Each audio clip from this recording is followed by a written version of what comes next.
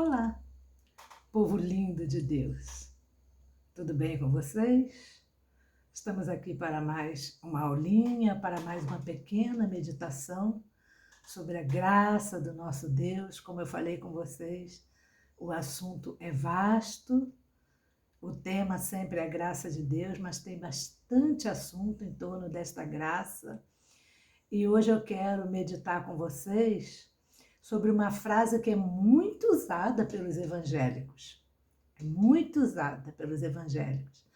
Aliás, antes de eu entrar no assunto, eu queria fazer 2 pedidos a vocês. O primeiro é que vocês compartilhassem os vídeos. Se vocês assistem o vídeo, se vocês gostam do conteúdo, se realmente ele está sendo relevante para a vida de vocês, que vocês possam então compartilhar.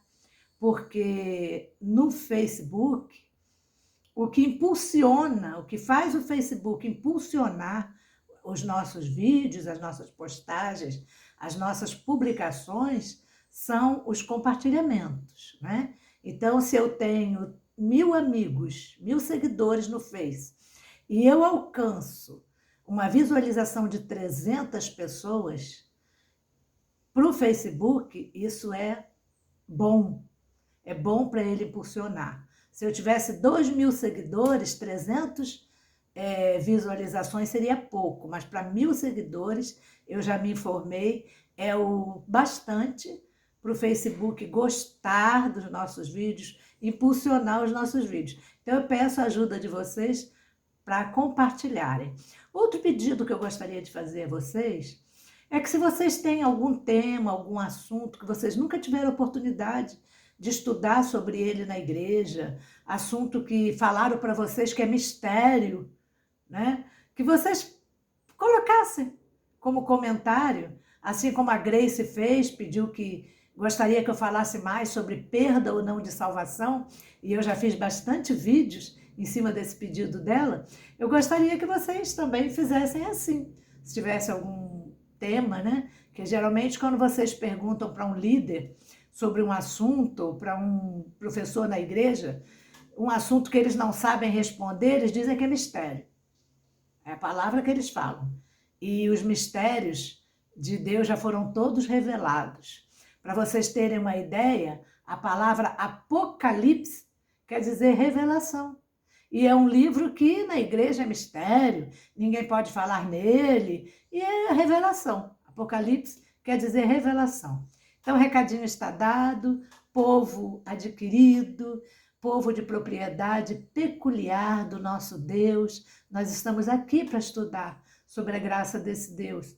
E, como eu falei no início, tem uma frase que na igreja evangélica se usa muito, o evangélico gosta muito dessa frase. O melhor de Deus ainda está por vir. E eu pergunto, o melhor de Deus já veio para você? Ou ainda está por vir? Vamos ver o que nos diz a carta do apóstolo Paulo à igreja de Éfeso, né, aos Efésios.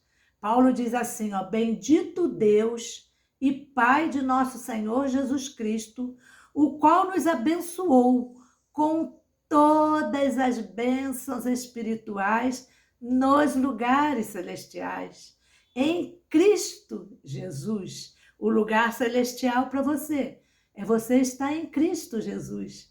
Então você já é abençoado com toda a sorte de bênçãos.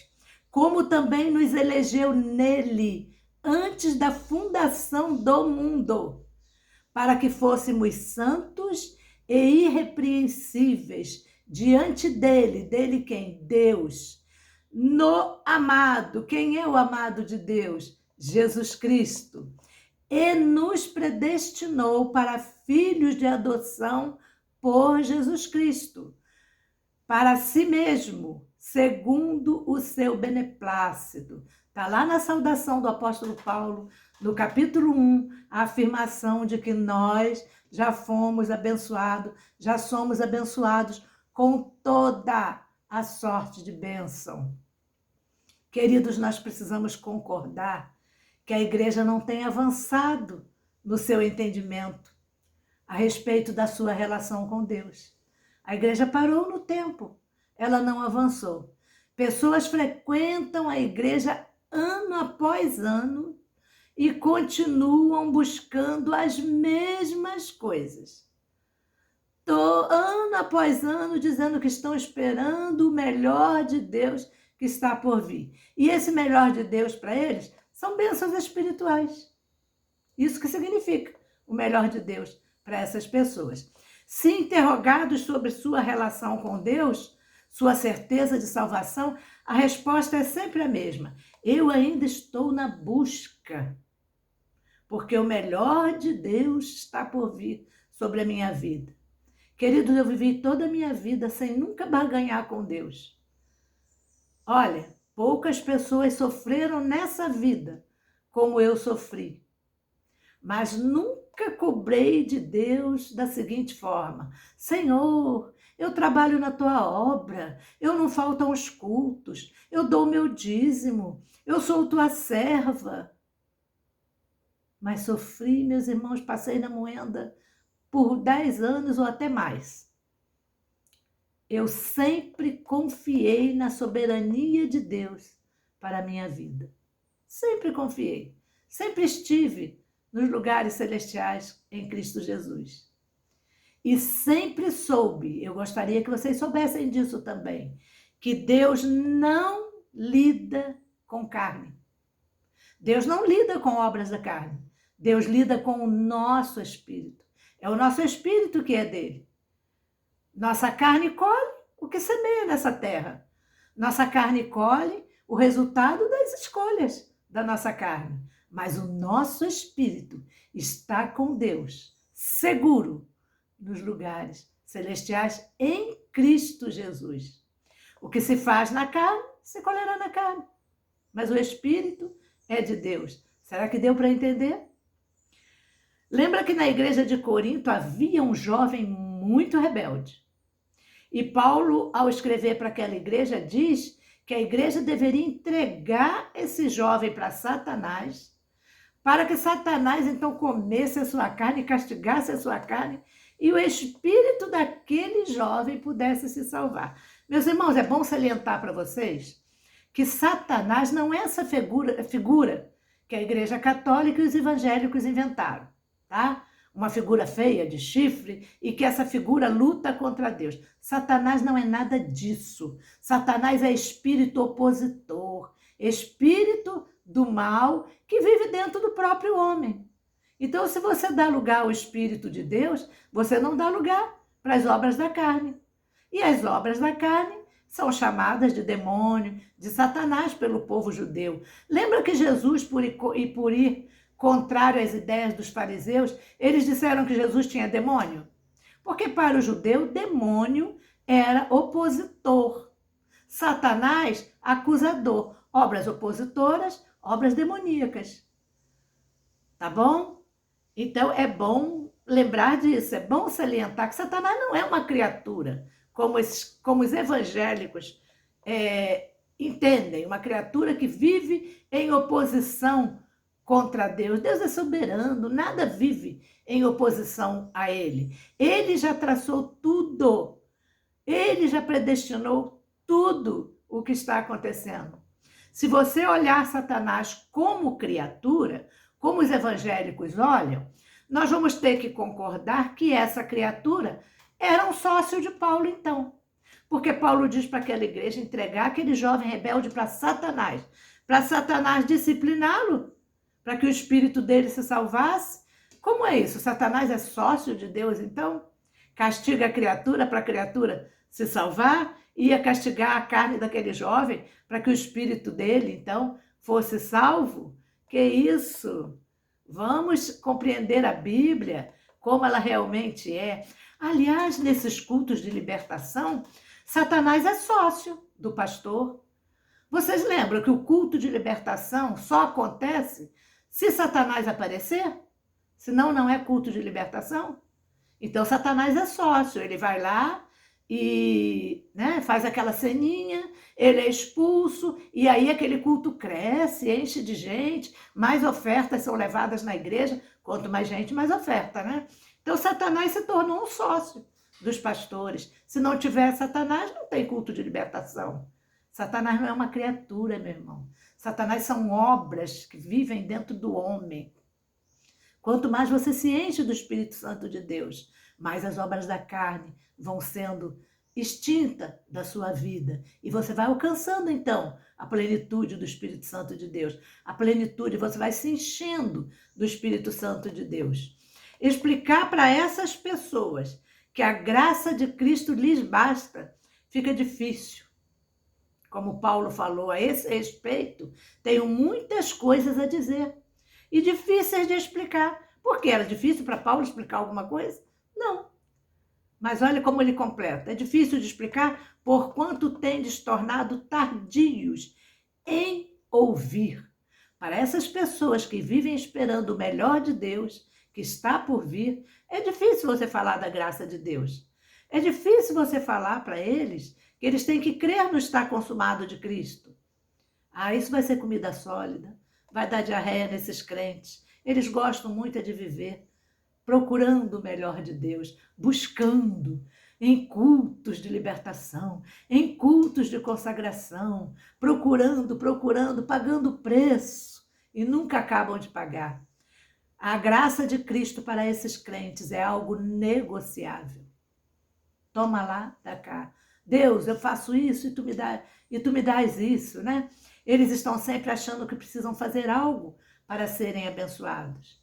E se trabalham na igreja, Deus tem obrigação de cuidar da família deles, de cuidar dos bens deles, de dar tudo o que eles precisam, de fazer tudo como eles querem e pedem.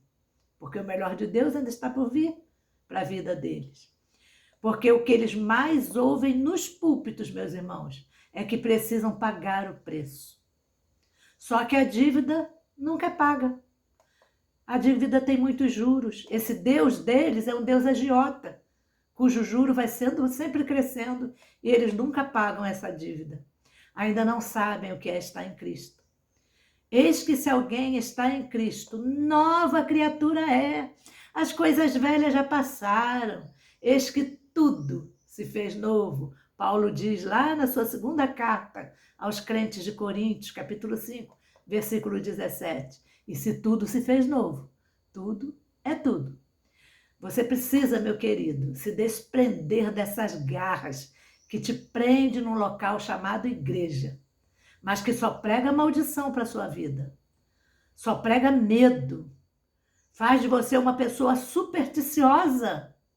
Qualquer objeto que existe nesse mundo te mete medo. Você não pode olhar, você não pode tocar. Você tem que viver como supersticioso nessa vida. Essas igrejas pregam que você está em pecado, que você vive em pecado. Rejeite isso na sua vida, meu irmão. As obras do pecado, a condenação, foi toda crucificado com Cristo na cruz. Enquanto existia a lei, existiam obras do pecado contra Deus. Agora nós estamos no tempo da graça. Você tem que viver na graça. Vamos rejeitar isso na sua vida. O apóstolo Paulo vai dizer que a igreja nem é sem ruga, nem coisa semelhante, mas que a igreja do Senhor Jesus é santa e irrepreensível. Na igreja você ouve que a igreja é noiva de Cristo. Não, queridos, a igreja era noiva antes da cruz. Na cruz, a igreja se casou com Cristo.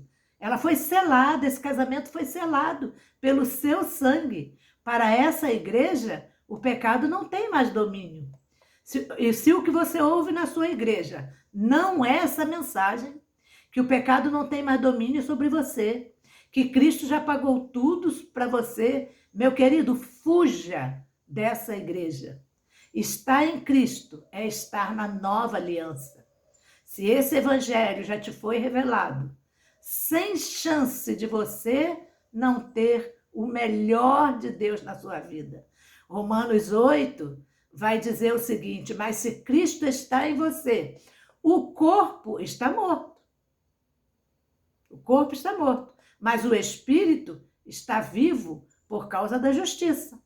Romanos 6,6, sabendo isto, que o nosso velho homem foi com ele crucificado, para que o corpo do pecado fosse desfeito, como você vai ainda acreditar que você está em pecado? Não pode.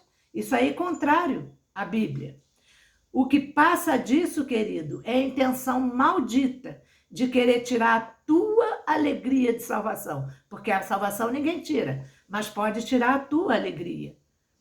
Nada neste mundo pode tirar o que Deus já te garantiu. E Deus já te garantiu através do seu Filho, na cruz do Calvário. Esse é o seu melhor. O melhor de Deus já veio para a tua vida. Viva na graça, meu querido. Viva na graça. Graça sobre graça. Que Deus te abençoe, meu amado.